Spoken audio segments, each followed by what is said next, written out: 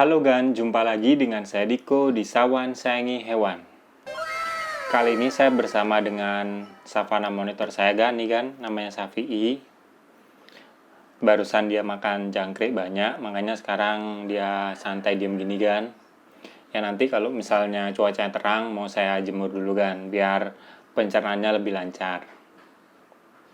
Oke Gan, kali ini saya ingin membahas tentang gimana sih cara agar salmon kita itu makannya rakus terus. Pokoknya makannya itu lancar, gak gampang mogok makan Gan. Karena ada beberapa agan yang bertanya, kenapa sih salmonnya itu tiba-tiba mogok makan? Padahal menurut saya salmon ini termasuk hewan reptil yang makannya itu gak pernah milih-milih dan juga cenderung makannya lancar gitu loh Gan. Dia tuh tipe hewan yang apa aja, pokoknya dia tuh hewan hidup pasti ditelan sama dia Gan. Pokoknya cukup di mulutnya gitu loh. Menurut saya, kenapa salmon agan itu bisa sampai mogok makan kayak gitu? Itu ada salah di cara pemeliharaannya Gan. Terutama cara pola makan salmon kita itu pasti ada yang salah Gan. Saya akan jelaskan beberapa penyebab kenapa sih salmon kita itu mogok makan, biar agan itu tahu cara buat salmonnya itu rakus makan lagi Gan. Oke, nggak usah lama lagi, ayo kita bahas tentang itu bersama saya dan juga si Safi'i, salmon saya Gan. Yang pertama adalah tentang pola makan dari salmon Gan. Kenapa saya ingin menjelaskan hal ini? Karena seperti yang kita tahu ya Gan, di alamnya savana monitor itu kan termasuk hewan insektivora Gan. Ya sangat unik lah Gan dibandingkan dengan jenis-jenis kadal monitor atau kadal biawaan yang ada di dunia Gan. Kayak contohnya aja biawak di Indonesia itu kan cenderung memang kalau masih kecil makannya jangkrik, pokoknya serangga gitu kan Gan. Tapi semakin besar kan dia makannya daging-dagingan. Ada banyak agan-agan yang memelihara salmon, pola makannya itu terlalu sering dikasih daging-dagingan Gan. Kayak misalnya dikasih tikus atau daging filet gitu Gan. Ya menurut saya itu nggak salah juga ya Gan. Karena saya juga Safi'i pernah saya kasih tikus atau daging-dagingan kayak makanan dog food basah gitu. Cuma dosis pemberiannya itu saya nggak setiap makan saya kasih daging Gan. Jadi kalau saya sih ngasihnya setiap 2 atau 3 minggu sekali saya kasih daging kayak tikus. Pokoknya tikus mencit yang nggak terlalu kecil, itu pun cuma 1. Tapi setiap 2 hari pokoknya makanan hariannya dia itu saya kasih jangkrik sebanyak 15 ekor Gan. Pokoknya saya nggak pernah ngasih banyak-banyak Gan. Nah, dengan pola makan ini, salmon saya dari dulu saya melihara umur mungkin beberapa hari karena besarnya cuma setelunjuk saya ini, sampai dia umur udah 3 tahun lebih. Saya nggak pernah menemui salmon itu makannya itu mogok gitu loh Gan. Pokoknya lancar terus. Nah, buat agan yang melihara salmon, perhatikan pola makannya ya Gan. Ya kalau bisa kita kasih daging ya jarang aja Gan, 2 atau 3 minggu sekali. Sisanya setiap 2 hari sekali kita kasih jangkrik Gan, sesuaikan dengan besar badannya. Kalau Safi'i ya panjang sekitar 70-80 cm ini, saya kasih sekitar 15 jangkrik setiap 2 hari sekali Gan. Jadi seminggu 3-4 kali saya kasih 15 jangkrik Gan. Yang kedua adalah karena salmon ini kan termasuk hewan reptil ya Gan. Jadi dia itu perlu dikasih vitamin Gan. Vitamin di sini sih saya kasih biasanya kalsium Gan. Cara ngasihnya itu saya campur di makanannya Gan. Kalau misalnya di jangkrik ya saya buburi jangkriknya dengan kalsium. Kalau misalnya daging-dagingan, hewan kayak tikus atau dog foodnya itu saya taburi aja Gan. Pokoknya kalau bisa kita kasih kalsium gitu Gan. Karena salmon ini rentan terkena penyakit MBD Gan. Sama aja kayak gecko dan iguana juga bisa terkena MBD Gan. Jadi penyakit tulang yang membuat tulangnya itu kayak lemah gitu Gan. Ya ujung-ujungnya salmon kita bisa sampai mati gitu Gan. Makanya kalau bisa kita melihara salmon, kita sediain kalsium aja Gan. Harganya sangat murah, agan bisa beli di toko online pasti ada. Cari aja kalsium reptil, pasti rata-rata ada Gan.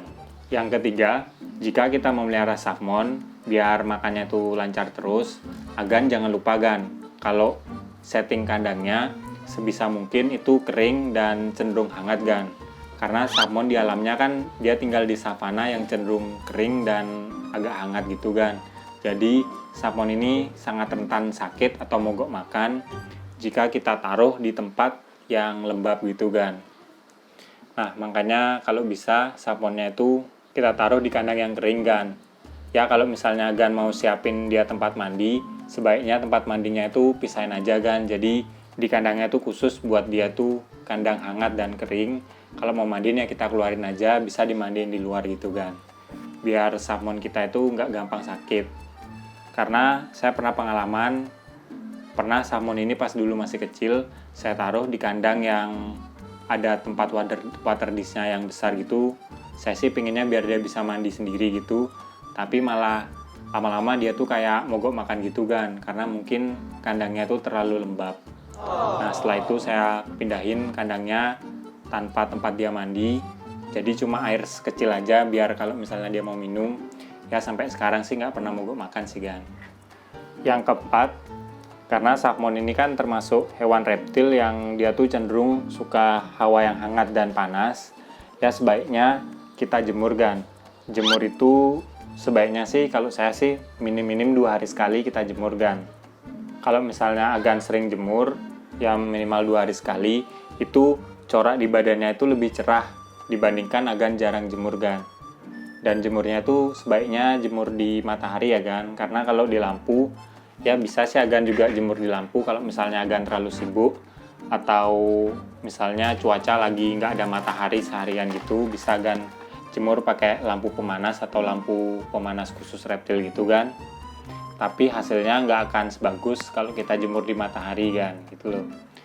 Ya sebaiknya Agan pertimbangkan ya kalau misalnya Agan mau melihara salmon, itu jemur itu wajib kan, kegiatan yang wajib buat dia biar metabolisme lancar dan makannya itu rakus terus. Dan kedua, corak di badannya tuh jadi lebih bagus kan.